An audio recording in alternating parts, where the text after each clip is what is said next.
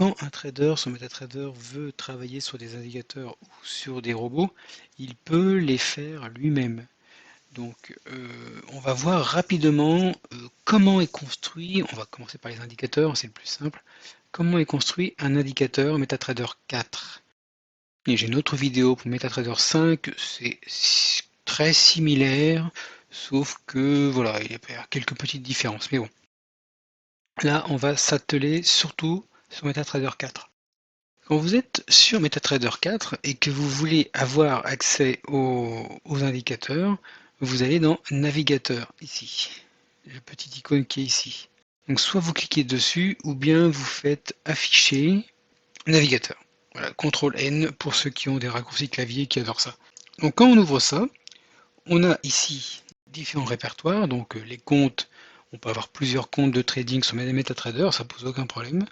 Les indicateurs, les robots de trading et les scripts, c'est des trucs particuliers, ça ressemble vraiment à des indicateurs. Voilà, donc grosso modo, on a deux répertoires principaux, donc indicateur et expert consultant. Si on ouvre indicateur, on a une collection ici d'indicateurs disponibles et puis d'autres qui sont triés par des catégories comme là les indicateurs de tendance, les oscillateurs ou les volumes et d'autres exemples derrière. Alors si on ouvre par exemple le MACD ici, donc pour l'ouvrir c'est simple, hein, on prend l'indicateur et on le glisse sur le graphique. Là on a les trois paramètres, donc paramètres d'entrée ici. On a plusieurs onglets, hein. On va commencer par le début. À propos, on a un petit peu le blabla qui explique le nom de l'indicateur et puis soit les copyrights pour ceux qui ont fait ça et une petite explication derrière. Des paramètres généraux où on peut importer des DLL. Alors, les DLL, ce sont des éléments logiciels du système. C'est-à-dire que si vous autorisez l'importation des DLL et que vous prenez un indicateur qui vient de on ne sait où, que vous avez trouvé par exemple sur Internet, et que vous autorisez donc l'importation des DLL, vous n'êtes pas du tout sûr de ce que l'indicateur va faire sur votre PC, sur votre système. Ça peut être par exemple des portions de logiciels qui vont émettre des informations à l'extérieur ou qui vont récupérer des informations à l'extérieur ou qui vont, je sais que moi je l'ai fait pour différents indicateurs, ou qui vont travailler carrément sur le système. Moi j'ai fait des indicateurs qui effacent les fichiers, certains fichiers dans certaines conditions.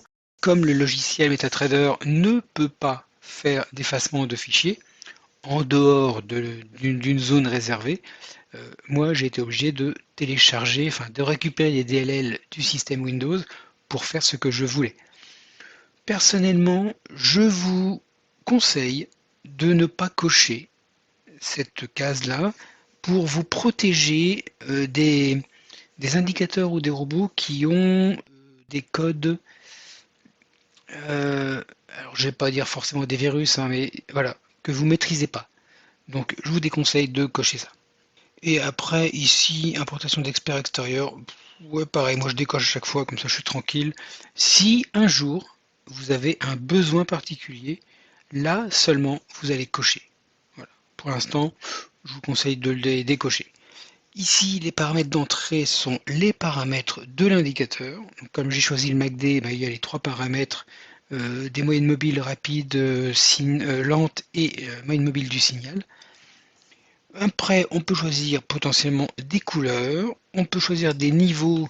Généralement, c'est plus pour je vais trouver le mot, les oscillateurs, parce que les oscillateurs s'ouvrent dans une fenêtre séparée, et là, il y a effectivement des niveaux hauts, des niveaux bas, et on peut avoir des niveaux que l'on veut afficher. Et puis la visualisation, c'est si on veut choisir de visualiser dans toutes les périodes ou dans certaines périodes choisies. Voilà. Bon, ça c'est pour avoir l'indicateur sur votre graphique. Maintenant, dans cette vidéo, on va voir comment éditer, comment ouvrir, comment est construit un indicateur. Donc on va garder cet exemple-là, et ici, sur le MACD, je vais faire un clic droit, et je vais faire modifier. Ou bien, je vais ici dans Outils, et je vais dans éditeur du langage MetaCode. Pourquoi? Parce que l'un ou l'autre vont ouvrir cet éditeur de langage MetaCode, qui est ce qu'on appelle un IDE, donc un environnement de développement intégré dans lequel on va pouvoir voir les codes sources et surtout pouvoir modifier potentiellement les différents codes. Allez, on va faire ça. Et nous voilà dans l'éditeur MetaCode. Alors ici, on va voir les différents, bon on va pas passer en revue toutes les petites icônes, mais on va surtout faire celui-ci, la bibliothèque MetaCode, parce que quand on l'ouvre, on voit, alors je ferme en bas, là ça sert à rien pour l'instant, si je mets côte à côte donc la plateforme de trading et l'éditeur de langage, on va voir qu'ici on a compte, indicateur, expert consultant et script, et ici on a expert, indicateur et script. Voilà. On retrouve d'une certaine façon les répertoires qui sont utilisables dans l'environnement ici. Si j'ouvre expert et que j'ouvre ici expert consultant, je vois effectivement que j'ai les mêmes fichiers. Je ferme, j'ouvre indicateur. Là, c'est pas pareil. Pourquoi? Parce que les premiers groupes ici, tendance, oscillateur, volume et Bill Williams, ce sont des environnements qui sont vraiment dédiés à l'installation de MetaTrader. Par contre, exemple et les autres ici, ce sont des fichiers qui sont vraiment éditables, donc modifiables par l'utilisateur. Et là, effectivement, on retrouve accélérateur, accumulation, alligator, on les retrouve ici. Et pareil pour exemple, si on ouvre, j'imagine qu'on a simple panel, on a la même chose. Ça, c'était juste pour vous montrer en fait le pendant entre le navigateur de la plateforme et le navigateur de l'outil, enfin de Meta Editor. Alors, on va pas passer en revue chaque répertoire. On va surtout ouvrir l'indicateur qu'on a essayé tout à l'heure, donc le MACD. Pour ouvrir, vous faites tout bêtement un double clic sur le fichier.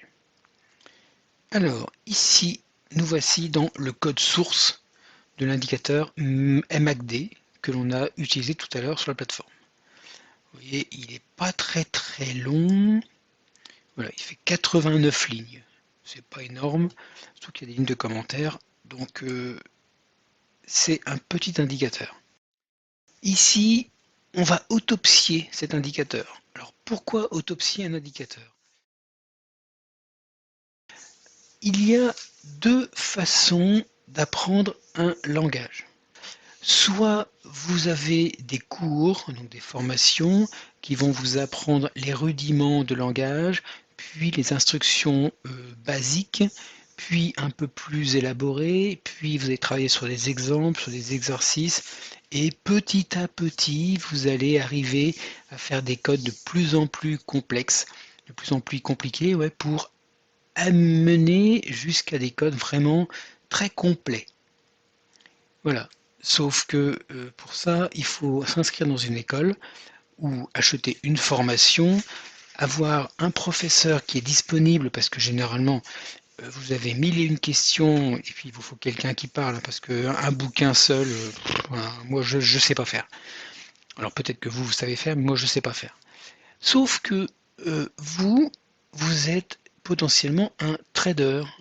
Et peut-être que vous n'êtes pas développeur informatique, peut-être que vous êtes dans d'autres domaines et vous n'avez pas forcément le temps ni les moyens de vous payer un cours, de vous payer quelqu'un qui va vous expliquer les rudiments du langage pour arriver enfin à faire un indicateur. En plus, l'indicateur que vous avez envie de faire, c'est tout bêtement peut-être un indicateur qui existe déjà, que vous voulez simplement modifier. Ou bien vous voulez vraiment créer quelque chose de beaucoup plus élaboré. Ou bien plein de choses. Ça veut dire que vous avez un besoin qui est très particulier et vous n'avez pas forcément moyen et facilité de trouver le prof qui vous correspond, qui va vous apporter uniquement ce que vous voulez. Alors moi, ce que je vous conseille, c'est la deuxième méthode. La méthode est simple, surtout que là, MetaTrader le propose. Il y a des exemples ici. Des exemples que vous pouvez ouvrir et chercher à comprendre le comment ça marche. Ce que je vais vous montrer ici. Personnellement, alors je connais plein de langages, hein, je connais beaucoup, beaucoup, puisque j'ai commencé environ 40 ans dans le développement, 40-50 ans. Quand j'ouvre un langage, c'est assez souvent la même chose. Je finis par repérer les choses. Et en plus, vous avez de l'aide en ligne. Si vous voulez, dans Aide, ici, vous faites référence MQL4, qui est le nom du langage, ou MQL5, mais bon, là pour l'instant on est sur MetaTrader 4, donc on va faire MQL4. Et là, ça ouvre le manuel de référence. Et si on le développe, vous avez donc le sommaire, où vous avez un ensemble de chapitres. En fait, vous avez un livre en ligne. Ensuite, vous pouvez aussi rechercher par rapport à un mot-clé, par exemple. Et puis après, l'index, voilà, c'est tout le tri alphabétique et tout ça. Et bah écoutez, franchement, j'ai appris le langage MQL4 uniquement avec ça. Et tous les indicateurs que j'ai faits aujourd'hui et que je mets en ligne et que j'utilise, tous les robots de trading que j'ai faits sont faits en partie, enfin en grande partie, avec ça. Donc, on va faire pareil, je vais vous montrer comment utiliser ce manuel de référence. Ici, vous avez un ensemble d'instructions qui commencent par dièse. Voilà. Alors ça, je vais le séparer. C'est un premier bloc. Le deuxième bloc ici, ce sont des déclarations. Ça, ce sont des instructions pour définir le type d'information qu'on va manipuler. Ça, c'est un deuxième bloc. Ensuite, ici, vous avez un nom avec une parenthèse ouvrante qui va d'ailleurs jusqu'à la fermante qui est ici. C'est encore autre chose avec une parenthèse qui va jusque là. Voilà. Alors, comment ça fonctionne? Dans un langage, grosso modo, dans quasiment tous les langages, vous avez plusieurs choses. Vous avez un premier bloc qui va décrire le langage, qui va le paramétrer, qui va lui donner un ensemble d'informations pour qu'il puisse travailler dans un contexte donné. Là, le contexte, c'est la plateforme de trading. Les informations, c'est par exemple ce qu'on a vu tout à l'heure quand on était sur la plateforme. Vous avez le copyright, vous avez un lien ici, une description. Voilà, ces trois informations. Si on retourne ici sur la plateforme, ici on va retrouver, si je vais dans l'indicateur et que je fais un clic droit dans propriété, voilà, dans à propos, on retrouve ici le copyright ici, il est là. Le lien, quelque part, que l'on voit affiché dans la mini-fenêtre, le www.mql4.com, il est ici. Et la description ici, elle est là. Vous voyez que ces trois petites choses ici, là, que je mets là, en fait, on retrouve les informations dans cette fenêtre à propos. Donc ça, on peut deviner, rien qu'à voir, que c'est effectivement ces trois lignes-là permettent de renseigner ici.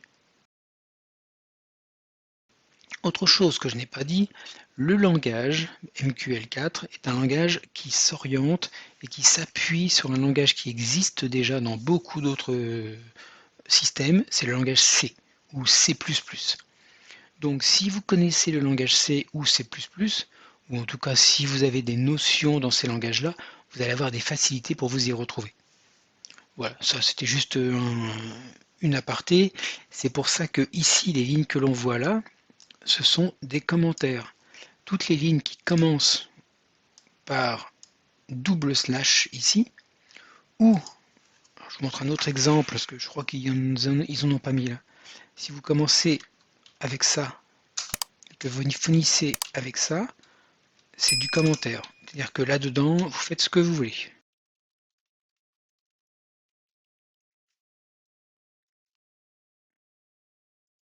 Voilà.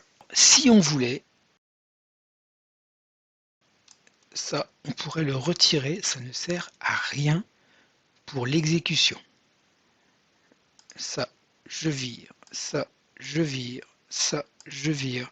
Alors pareil, ça, tout ce qui est après, oui tout à l'heure j'ai dit quelque chose, mais tout ce qui est après double slash, ça veut dire que tout ce qui est après, c'est du commentaire. Ça ne sert à rien, entre guillemets. Hein. Bien sûr que ça sert à quelque chose, ça sert à informer. Et d'ailleurs, dans un code, s'il n'y a pas de commentaire, on s'y retrouve pas, c'est une misère. Et là, je vous montre juste ça. Et on va voir après comment le compiler, et vous allez voir que ça ne change rien sur le résultat. Et ça aussi. Hop là, voilà. Ici, j'ai un code où je n'ai que des instructions qui permettent de construire le code. J'ai utilisé le mot compiler. Alors, compiler, pourquoi?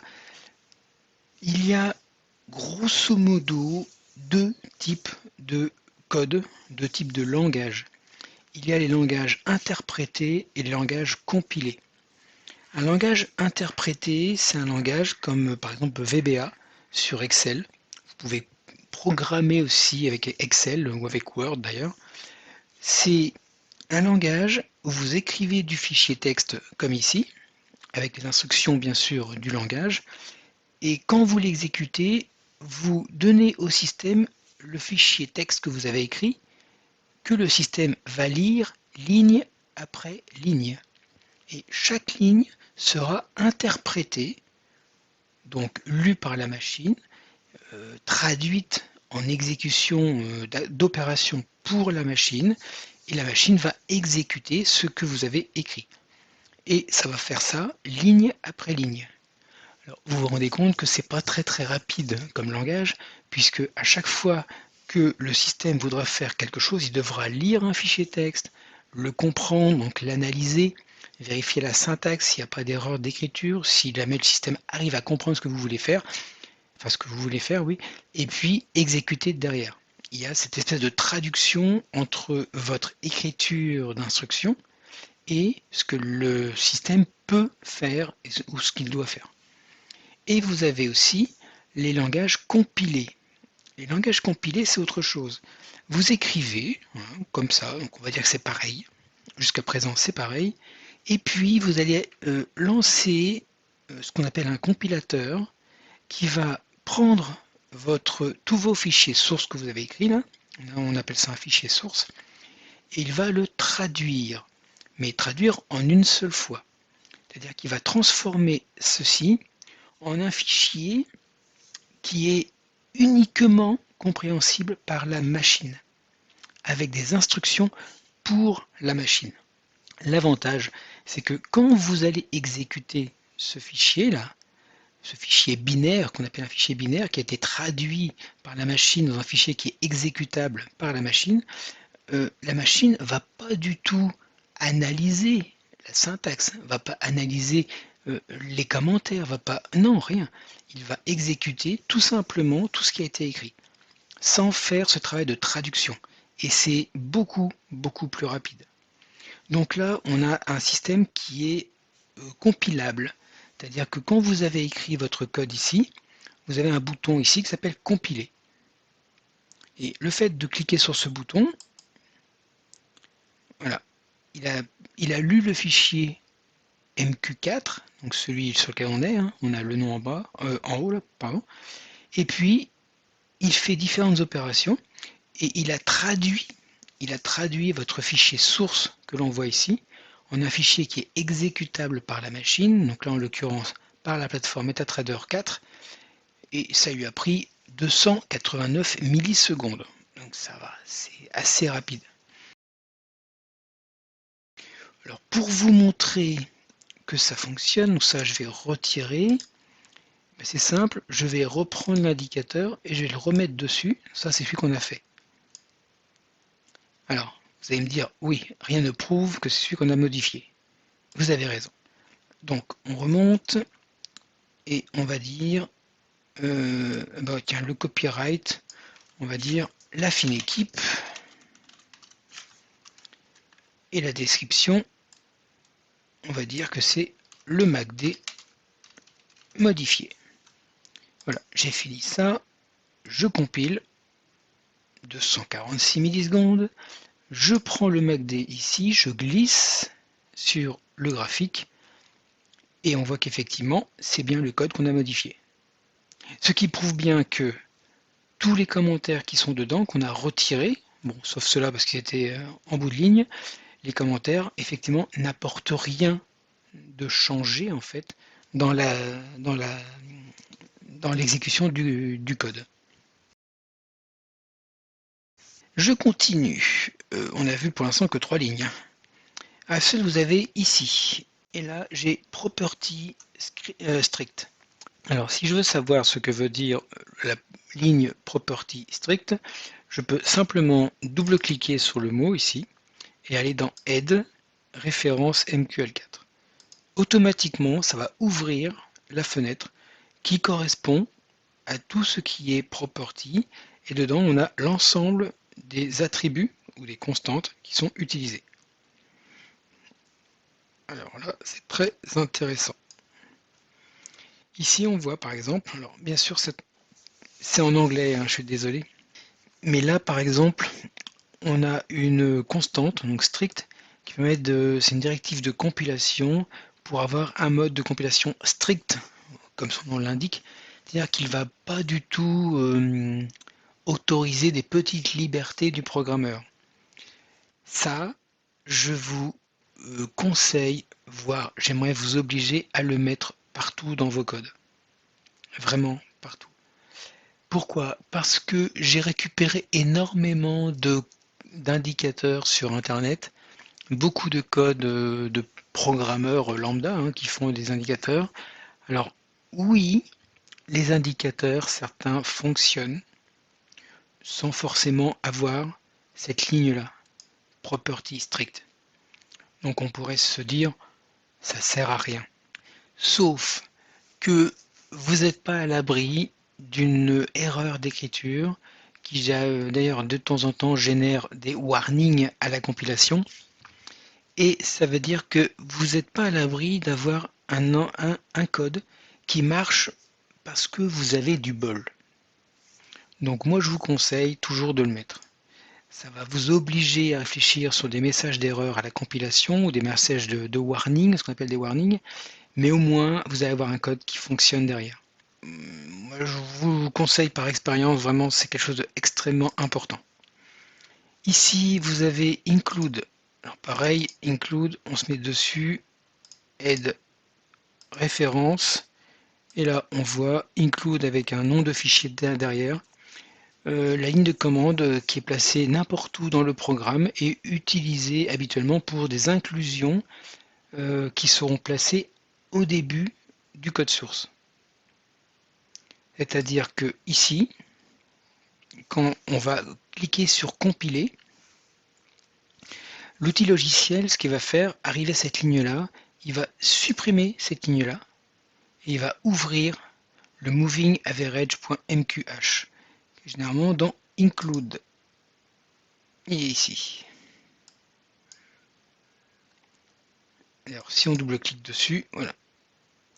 Le voilà. C'est un fichier source qui contient différentes fonctions.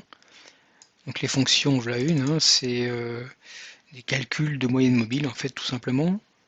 Non pas par la machine, mais plutôt par nous, enfin par le codeur qui a fait ses propres fonctions. Et d'ailleurs, si on regarde dans le MACD, on va voir que s'il inclut, c'est qu'il doit utiliser,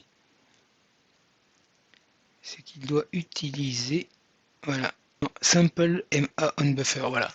C'est le calcul de la moyenne mobile qui est pour le signal du MACD. Et effectivement, si je cherche ça ici, dans Moving Average, vous voyez qu'on navigue en fait entre les onglets, hein, et que je cherche, voilà, la fonction est bien ici, avec tous les paramètres là. Donc comme ils avaient besoin d'une fonction de calcul de moyenne mobile basée sur un tableau, et que le langage ne le fournissait pas, ils ont créé cette fonction qu'ils ont mis dans un fichier ici à part, parce que ça peut être réutilisé dans d'autres langages, dans d'autres programmes. Donc pourquoi pas faire une bibliothèque stocker ça dans un fichier, comme ça, à l'occasion, on peut refaire un include dans d'autres programmes et réutiliser les fonctions.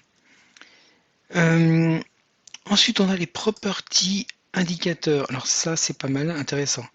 Ici, pareil, hein, si vous avez moindre doute, vous faites ça, aide, référence. Hein. Franchement, faut pas ne vous gênez pas. Moi, je passe mon temps et j'ai passé mon temps à le faire. Et encore aujourd'hui, au moindre doute, je fais ça, puisque vous avez tout là. Vous avez vraiment tout, donc autant l'utiliser. Ici, vous avez moyen d'avoir deux types d'indicateurs. Des indicateurs carrément inclus sur la fenêtre du marché, donc carrément sur le graphique, une moyenne mobile par exemple, tout bêtement, ou voilà, différentes choses. Et vous pouvez avoir ce qu'on appelle des fenêtres séparées dans lesquelles votre indicateur va apparaître. Ici, effectivement, il a mis indicateur separate window, donc effectivement, ici, montre l'indicateur dans une fenêtre séparée. Après, vous avez, là il indique qu'il y a deux buffers. Donc il y a deux buffers de données qui vont être utilisés et qui seront, alors ça c'est très intéressant, c'est très important, sur chaque bougie ici, chaque bougie qui apparaît, l'indicateur aura deux buffers de données qui seront calculés et utilisés. À chaque fois qu'il y a une bougie, vous avez deux buffers de données, à chaque fois, pour cet indicateur. Donc là, c'est indiqué, deux buffers. Ensuite, vous avez deux couleurs, l'argent et le rouge. Et vous avez aussi pour la première, donc pour le premier buffer, donc celui qui sera en argent, la taille, donc le white c'est la largeur, qui sera de 2. Si vous faites 3, pardon, on va recompiler, vous voyez, automatiquement c'est mis à jour. 4, voilà.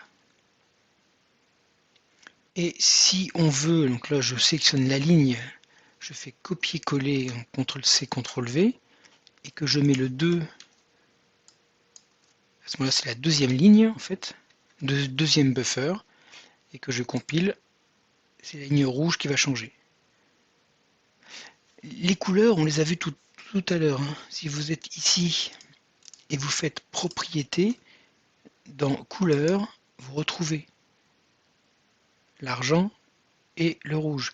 Vous retrouvez la largeur aussi, le 4 et le 2 que j'ai mis là. Vous voyez, donc déjà ça veut dire que ce sont des propriétés que l'on peut modifier. Alors pas ça, hein, ça non. Mais par contre, voilà, si je groupe tout ça, on peut le modifier. Et ça, par contre, on ne peut pas le modifier. Ensuite, je descends plus bas, j'ai des entrées. Donc input, ce sont, on va ici, input variable, ce sont des données qui sont en fait les données d'entrée de chaque logiciel. Donc effectivement, paramètres d'entrée, on les retrouve ici. Alors là, c'est très intéressant de savoir aussi le nom qui est ici, donc vous avez le type évidemment, mais le nom qui est ici, c'est un nom que vous voulez, enfin, c'est votre nom à vous, le nom que vous voulez utiliser dans le logiciel. Et le commentaire ici, c'est ce qu'on trouve ici. C'est-à-dire vous pouvez avoir un nom technique et avoir ici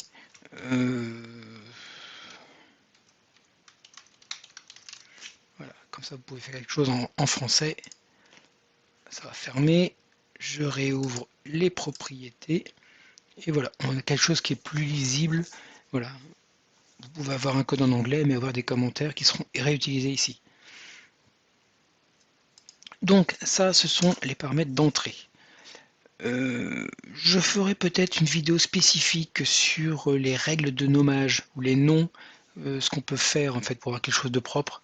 Vous verrez qu'il y a différentes techniques. Je suis diplômé en génie logiciel et en fait on a des règles qui existent, mais chaque système quelque part, chaque entreprise où on travaille ont des règles spécifiques par rapport à l'environnement. Voilà, je vous montrerai différents exemples dans une autre vidéo. Si vous voulez, n'hésitez pas à le demander en commentaire, je ferai une vidéo spécifique. Ensuite, ici on a vu qu'on avait deux buffers, ici. Et les buffers, on les retrouve ici. Alors, on verra pourquoi tout à l'heure. Et puis ça, c'est une variable globale, donc qui est en dehors d'une fonction, qui est utilisable aussi. Pour un indicateur, on a différentes fonctions. Là, actuellement, ils en ont mis que deux.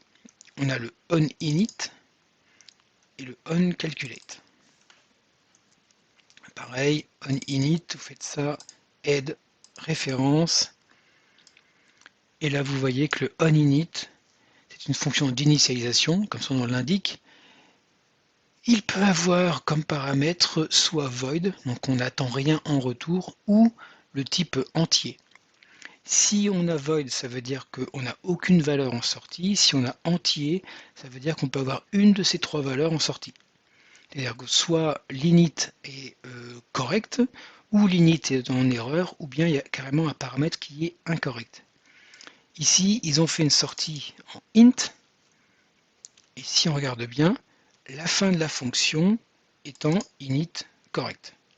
Par contre, si jamais il y a des paramètres avec des valeurs qui sont incorrectes, ils ont une sortie return avec une erreur.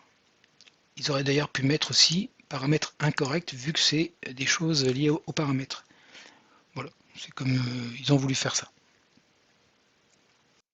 Alors, dans la fonction init, il y a un truc très important. Le digit, bon, ça on va laisser. C'est juste quand vous êtes ici, c'est pour indiquer qu'ici, vous allez avoir... Attendez, je ferme ça. Voilà, cette ligne-là, vous indiquez que les informations marquées ici dans l'indicateur seront avec le nombre de digits, donc ça veut dire que le nombre ici par rapport à votre indicateur, donc ici on a 1, 2, 3, 4, 5 décimales, mais ici il dit vous aurez 5 décimales plus 1. Effectivement là on en a 6. Si j'ouvre par exemple un indice, donc on va essayer les CFD, tiens, si j'ouvre le Dow Jones et que on regarde ici les nombres de décimales, on voit qu'il y a 2 décimales. Si je prends le MACD et que je le glisse sur le graphique, on va se rendre compte que lui, il a bien pris 3 décimales. Donc ça sert à ça, pour montrer la précision des calculs. Ensuite, ici, vous avez un ensemble de paramètres qui sont, alors ici, pour le 0, ici pour le 1. Alors ça, je vais le mettre ici. Et lui, le 1, il est ensemble. Là, ça c'est pour le 0. Ça c'est pour le 1.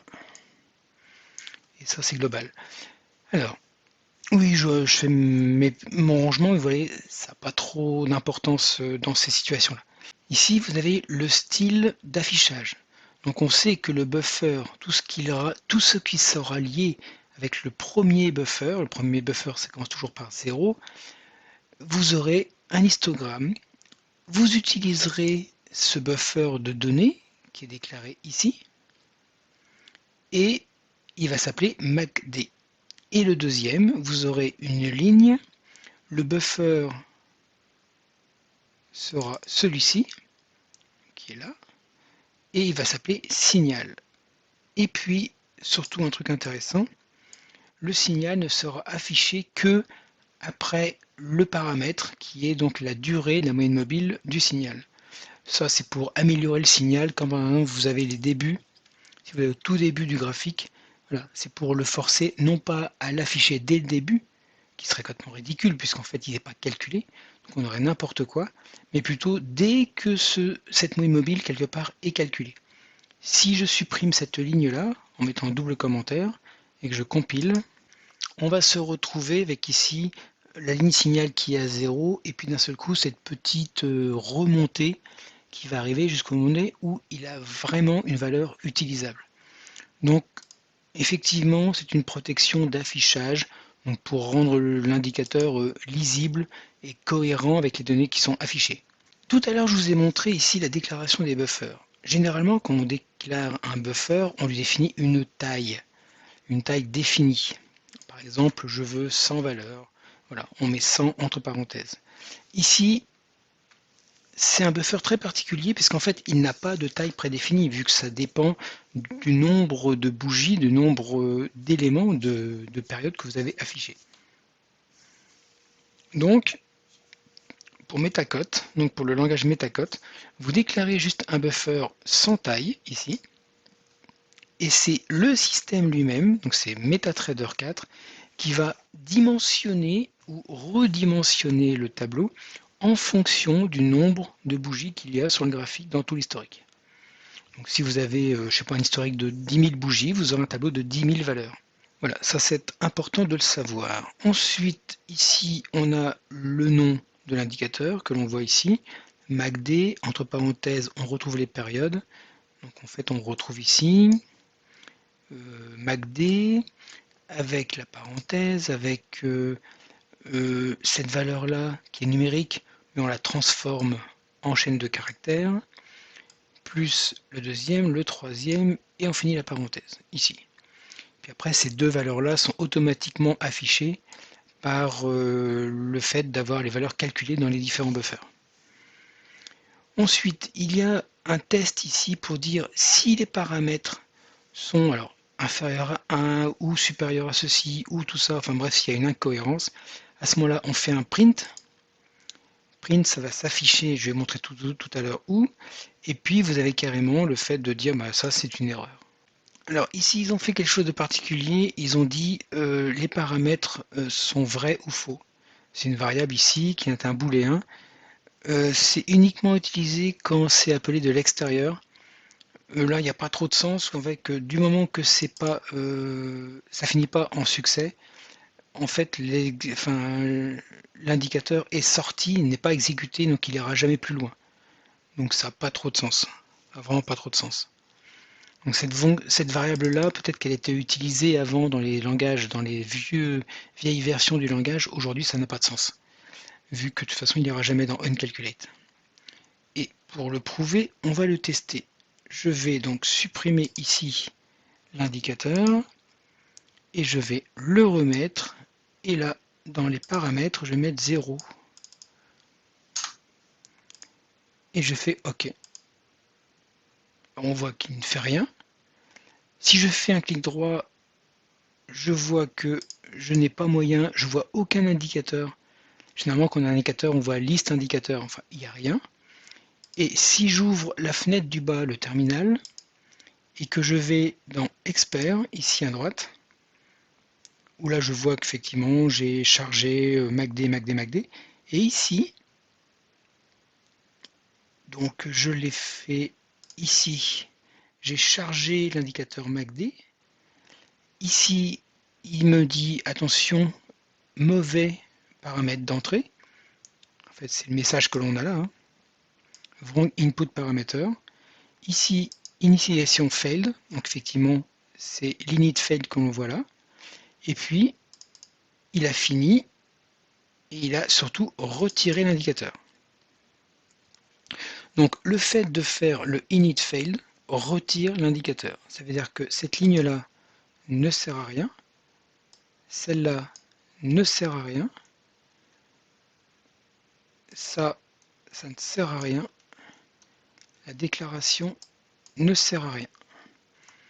Voilà, on peut avoir quelque chose de beaucoup plus concis. Et effectivement, ça compile. Oui, ça compile. Nickel. Et ça fera pareil. Hein, c'est que si ici, je mets le MACD ici et que je mets un paramètre à 0, vous voyez, j'ai la même chose. Hein. Si j'ai fait une erreur, il a retiré l'indicateur. Si je le remets et que j'ai ces paramètres par défaut, c'est affiché. On voit qu'en fait, il l'a chargé. Ici, il l'a chargé de façon complète. Et puis, c'est initialisé. Donc, il est arrivé ici, il dit init successful. Voilà, ça fonctionne. Ça, c'était pour la fonction d'init. Ensuite, on a le calcul, le onCalculate. Alors, quand est appelé le onCalculate? Il est appelé, déjà au début, quand on lance l'indicateur, il est calculé pour calculer les données sur toutes les bougies de votre graphique.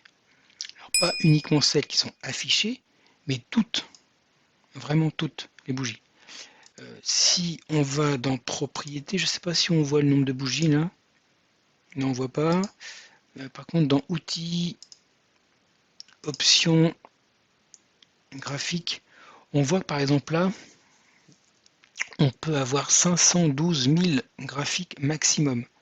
C'est-à-dire que vous allez avoir un historique ici calculé sur 512 000 données.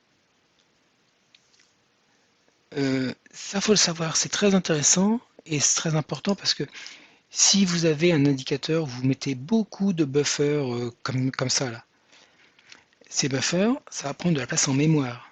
Et si vous avez beaucoup de buffers et beaucoup de bougies historiques, vous allez bouffer votre mémoire à une très grande vitesse. Donc attention à ça, c'est très important.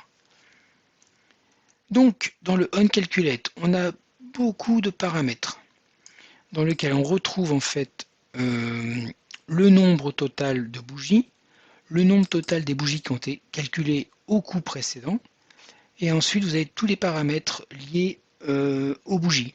Donc vous avez les heures des bougies, les prix d'entrée, les prix les plus hauts, les prix les plus bas, les prix de sortie, les volumes en ticks de chaque bougie, les volumes plus global de chaque bougie et le spread en cours. Voilà, tout ce qui peut être utile pour gérer un indicateur sont là. Alors vous voyez, les tableaux ne sont pas dimensionnés. Pourquoi?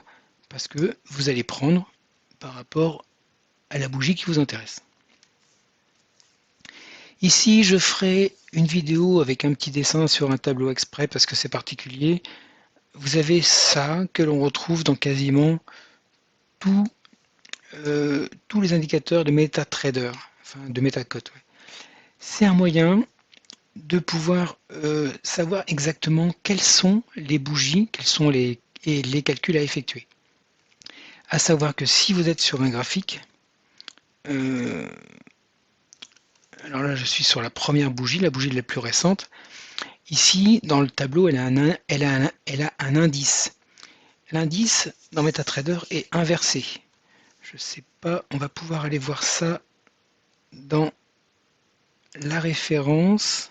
En off, j'ai cherché dans le manuel en ligne là, et j'ai trouvé dans le chapitre Time Series et accès des indicateurs, dans lequel il y a un petit graphique qui vous montre quelque part comment est organisées les données. Vous avez l'indice, la bougie la plus récente à l'indice 0. Donc contrairement au tableau classique où ça va de la gauche vers la droite, où on pourrait dire la bougie la plus ancienne est 0, et la plus récente est X par exemple, là on part de l'inverse. Ça veut dire que celle qui est en cours est toujours égale à 0. 0. Ça veut dire que si jamais il y a une nouvelle bougie, elle sera égale à 0. Si vous prenez la dernière bougie en cours, c'est 0. Et après vous remontez. 1, 2, 3, 4, 5. Ça c'est très très important. Ça va vous positionner dans différentes situations un peu alambiquées parce que quand on fait un tableau classique, c'est de 0 à 1, etc. Ça va de la gauche vers la droite. Mais quand on parle des séries, donc de tout ce qui est graphique ici, c'est l'inverse. C'est que le 0 il est à droite. Vous allez, vous allez sûrement tomber sur des situations particulières où il va falloir que vous reteniez ça, c'est très important. Ici, qu'est-ce qu'il fait? Ça, je vais zapper, c'est un contrôle par rapport aux paramètres d'entrée. Donc, je le retire. Pour l'instant, je le retire, c'est pas important. Par contre, ça, c'est important. Voilà, ces lignes-là sont hyper importantes. Ici, il définit la limite de calcul. Donc, il prend le nombre total des bougies en cours et il va retirer ce qui a été précédemment calculé. Donc, du coup, il vous reste un montant ici qui est le nombre de bougies que vous devriez calculer là à l'appel de cette fonction pour compléter les calculs de votre graphique. Ici, si jamais c'est supérieur à 0, il va rajouter 1 ici. Pourquoi? Parce que la bougie 0 est une bougie qui est en vie, enfin, si le marché est ouvert. Et ça veut dire que même si vous avez par exemple calculé 10 000 bougies au coup précédent, et que là vous avez 10 000 bougies, 10 000 moins 10 000 égale 0. Ça veut dire que vous n'avez rien à calculer. Sauf que la bougie 0, elle peut être en vie, elle peut bouger, elle peut changer. Et si vous avez appelé onCalculate, c'est qu'il y a eu un changement quelque part. Donc, c'est forcément la bougie 0 qui a changé. Donc, vous rajoutez 1, donc vous allez calculer au moins la bougie la plus récente. Et ensuite ici, il part du calcul, il fait une boucle, hein, il commence par 0 et il va jusqu'à ce qu'on ait atteint la limite. Donc la bougie 0 sera toujours calculée dès qu'on appelle le onCalculate. Voilà, cette fonction, elle sert à ça et elle est vraiment très très importante. Ici, le calcul, il est fait de la bougie la plus récente, donc l'indice 0, jusqu'à la plus ancienne. On peut, dans certaines situations, avoir besoin des données des bougies N-1 ou N-2, etc.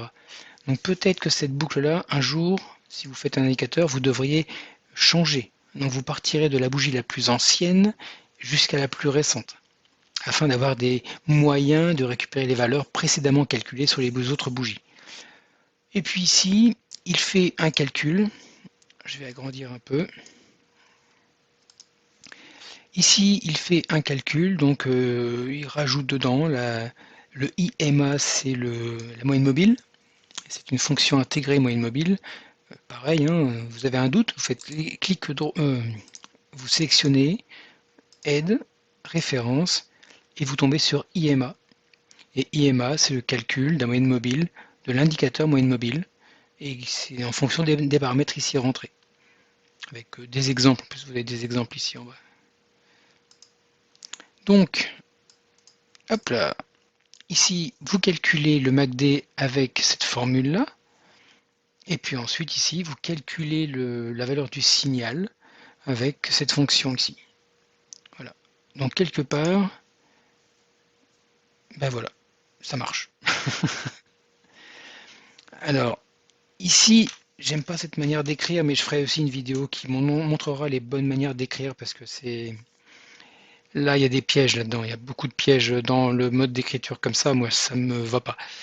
J'écris des langages, j'ai écrit des logiciels sur des systèmes embarqués à hauts critères de criticité, on va dire, pour les satellites, les avions et autre chose, et ça, ce genre d'écriture, pour moi, ça me fait... Ah, ça me donne des boutons. Bref, donc là, il a calculé pour chaque bougie, quelque part, l'indicateur MACD. Et ici, ils ont une fonction qui va calculer un ensemble, parce que si on va là-dedans, on était là tout à l'heure ici. Hein. Voilà, lui, il reprend aussi limite, il refait aussi des boucles et des calculs. Et puis ici, il fait une boucle que l'on voit ici. Tac. Donc il va calculer aussi la boucle de la même façon que ici, il a calculé tous les signaux MACD. Ici, il va calculer tous les signaux, le signal en fait. Et après, il retourne, donc il finit sa fonction avec un retour des variables totales qu'elle a reçues ici. Ça veut dire que dès qu'il rentre, il considère que tous le nombre des indicateurs qu'il avait en entrée ont tous été calculés. Toutes les bougies ont été calculées. Donc il le retourne et au coup d'après, si on rappelle la fonction, bah ici il aura le prev calculated aura la valeur qu'on a renvoyée au coup précédent ici. Et si là c'est la même chose, bah, il va calculer la valeur 0, uniquement la bougie 0, parce qu'ici on aura ce total rate moins le précédent, et il rajoute 1 parce qu'on a 0 d'écart entre les deux. J'espère que c'est difficile hein, de pas passer trop de temps, ça fait déjà pratiquement bien 3/4 d'heure que je parle. S'il y a un truc à retenir, je vais vous en donner deux à retenir. Ça. À chaque fois que vous faites un code, mettez-le.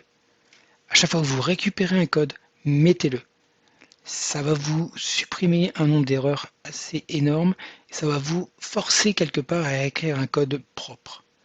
Donc ça, c'est hyper important. L'autre chose importante, c'est ici référence MQL4. Vous pouvez apprendre tout seul le langage MQL4 avec ça. Ça pose aucun problème. Vraiment aucun problème.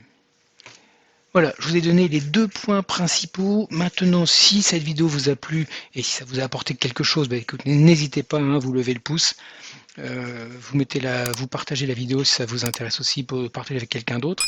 Si vous avez des sujets à aborder, si vous voulez aller plus loin dans une analyse d'une instruction ou d'une technique, bah, n'hésitez pas, faites-en la demande dans les commentaires, ils sont là pour ça.